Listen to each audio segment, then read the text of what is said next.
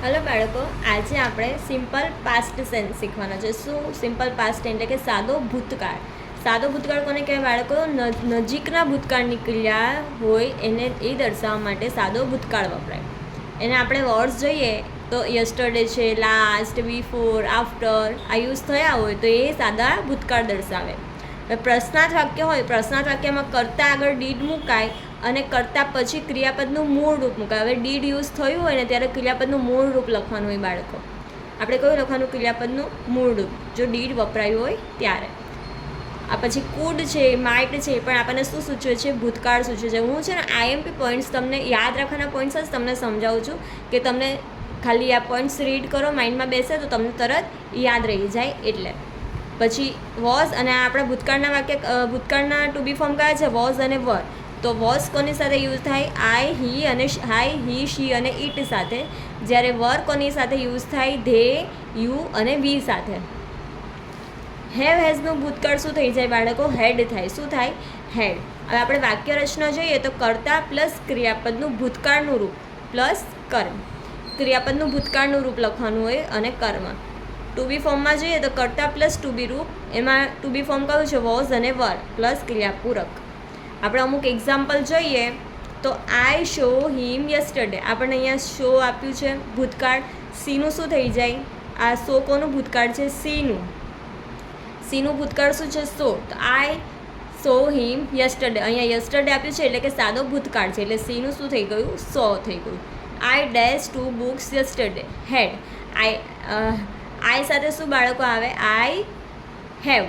I have આવે. હેવનું ભૂતકાળ શું થયું? આપણે અહીંયા ઉપર જોયું હેઝ હોય, કાં હેઝ હોય, હેડ હોય તો પણ એનું ભૂતકાળ શું થઈ જાય? હેડ થાય એટલે head. He could climb Girnar. Could છે એ ભૂતકાળ છે એટલે શું આવશે? He could climb Girnar. I did not see him yesterday. હવે જો બાળકો અહીંયા શું આવ્યું છે? ડીડ આવ્યું છે. તો ભૂતકાળનું રૂપ અહીંયા ક્રિયાપદનું મૂળ રૂપ રહેશે, ભૂતકાળનું રૂપ નથી. જુઓ સી એ શું છે? ક્રિયાપદનું મૂળ રૂપ છે. અહીંયા ડીડનો ઉપયોગ થયો હોય ત્યારે ક્રિયાપદનું મૂળ રૂપ જ વપરાય. એ બાળકો યાદ રાખજો, પછી એનું ભૂતકૃદંત ના થઈ જાય.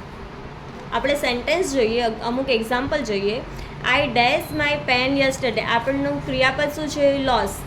તો આનું આપણું અહીંયા ભૂતકાળ શું થઈ જશે? Lost.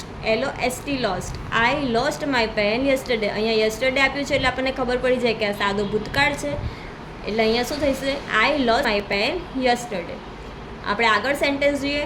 Dash Narendrabhai dash song yesterday. અહીંયા આપણું ક્રિયાપદ કયું છે? સિંગ. હવે આપણે અહીંયા જ લખવાનું છે ભૂતકાળ તો અહીંયા શું આવશે? ડીડ આવશે. ડીડ નરેન્દ્રભાઈ સિંગનું આ સિંગ ક્રિયાપદ છે. ડીડ જ્યારે વપરાય, જ્યારે ડીડ વપરાય ત્યારે ક્રિયાપદનું મૂળ રૂપ જ આવે એટલે સિંગનું શું થશે બાળકો? સિંગ જ રહેશે. Did Narendrabhai sing a song yesterday. પડી સમજ બાળકો? Bhartiben Dave dash prize last year. Last year આપ્યું છે એટલે એ ભૂતકાળનું વાક્ય છે અને અહીંયા ગેટ આપ્યું છે તો ગેટનું ભૂતકાળ શું થઈ જશે? Got. Bhartiben Dave got prize last year. Dash she dash us last week. તો આગળ ડેશ છે, પ્રશ્નાર્થ વાક્ય છે એટલે ડીડ આવે. યાદ રાખવાનું જ બાળકો, પ્રશ્નાર્થ વાક્ય એટલે ડીડ આવે. ડીડ શી એટલે કે આ બધું મૂળ રૂપ જ રહેશે. ઇન્વાઇટનું invite. Did she invite us last week. Dash he dash he scooter yesterday. પ્રશ્નાર્થ વાક્ય છે એટલે did he dash he scooter. ડ્રાઈવનું શું થશે બાળકો? મૂળરૂપ ડ્રાઈવ જ રહેશે.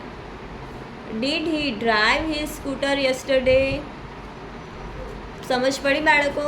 આજે આગળના પોઈન્ટ છે યાદ રાખવાના, એ તમારે ખાસ યાદ રાખવાના, જેના પરથી તમને ખબર પડશે કે કયા કાળનું વાક્ય છે.